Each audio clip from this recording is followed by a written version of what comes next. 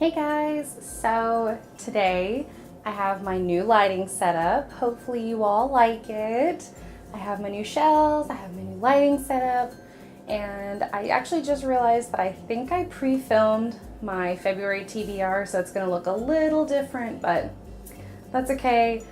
But today I have my January wrap up to share with you all, and I read 7 books in January, which is amazing because I feel like I did not read that much, but I didn't read any physical books. Like, what? How did I go an entire month without reading a physical book? Well, I guess we're gonna find out. So let's get started. First 2 books that I read were by L. Kennedy, and they were technically novellas, but I read them through ebook, and that was Heat of Passion and Heat of the Moment. And I believe that's part of the Out of Uniform series. They're romance novels, novellas. They were like 80 pages each, but they were fun, quick, easy to read. They were okay. I don't think I'm going to continue into that series just because they were just like, I don't know. It may just be because they weren't substantial enough, but I wasn't super wowed, so I got 3. I think I gave each of them 3 stars, but oh well. The next book that I read was The Au Pair by Emma Rowe, and I'm pretty sure I gave this 4 stars. I will probably bump it up to 4.5. It was really good. It was really engaging. It was one of those good kind of slow burns where you're like, ooh, I just need to know this little bit of information. Oh, I just need to know a little bit more. And it was just such a satisfying thriller. Like, I absolutely loved all the characters. I didn't know where to like turn and who to trust, and just the reveals were fantastic. Just everything about this book was just absolutely fantastic. I know I've said that like 3 times already, but it was really good. I really enjoyed it. The Au Pair is about a girl that her father has recently passed away due to kind of a mysterious accident that he had, and she's going through some of his paperwork and she finds a photo of her family, except for somebody's missing, and it's a picture of her parents holding one baby. She's a set of twins. Her and her brother are a set of twins. Where's the other baby? Which one of them is in the picture? And who took the picture? Her big brother tells her like, oh, the au pair took it. She was there the whole summer, but for some reason she vanished and whatever. And you're just trying to figure out what the heck happened to this au pair? What the heck happened to the other twin? And is this girl really who she thinks she is? And it is just absolutely just thrilling and suspenseful, and you don't know where to turn, and I just absolutely enjoyed it. So the next one I read as an audiobook, and I have already read this book. I read Strange the Dreamer by Laini Taylor again. I had every intention of going straight into the audiobook for Muse of Nightmares, but I think I'm going to try and read it physical first, because that's what I did with Strange the Dreamer, and I really enjoyed it. But Laini Taylor's writing style is very hard for me to get into, and I'm actually going to dive a little bit deeper into Strange the Dreamer in one of my dating game videos, and I'm really excited about filming another one of those. It will be coming soon, I promise. But yeah, her writing style is a little weird for me.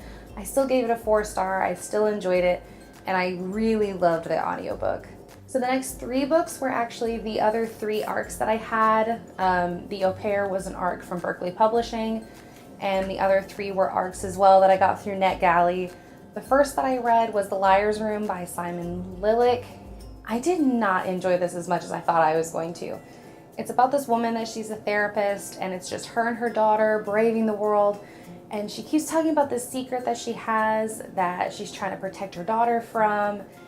And then this guy comes in for counseling, and he's not who he appears to be. He starts kind of acting funny, and then all of a sudden is like, okay, well, if you want your daughter to live, you're going to answer some questions. and it gets real weird really fast. And through this whole book, like, it's very psychological, and I just did not enjoy the reveals, like, at all.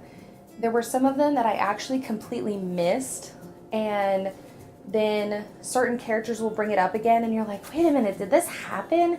I actually remember like scrolling back through the E arc and going, what the heck, like, when did I miss this? And I had missed entire sections of plot because they weren't like well displayed as plot.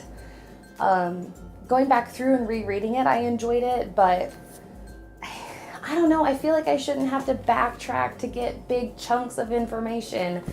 So I think I gave it a 2.5 star. I might be generous enough to give it a 3. It just wasn't for me. I did not enjoy it. The second to last book that I read was She Lies in Wait by Guy Lodge.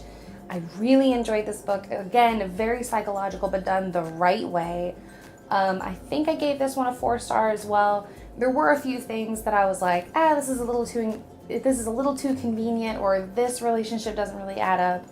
But overall, that book was fantastic.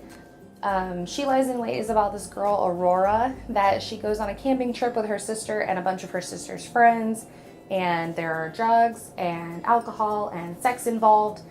And poor Aurora is just 14 and she's just trying to hide from it all. But at some point throughout the night, she goes missing.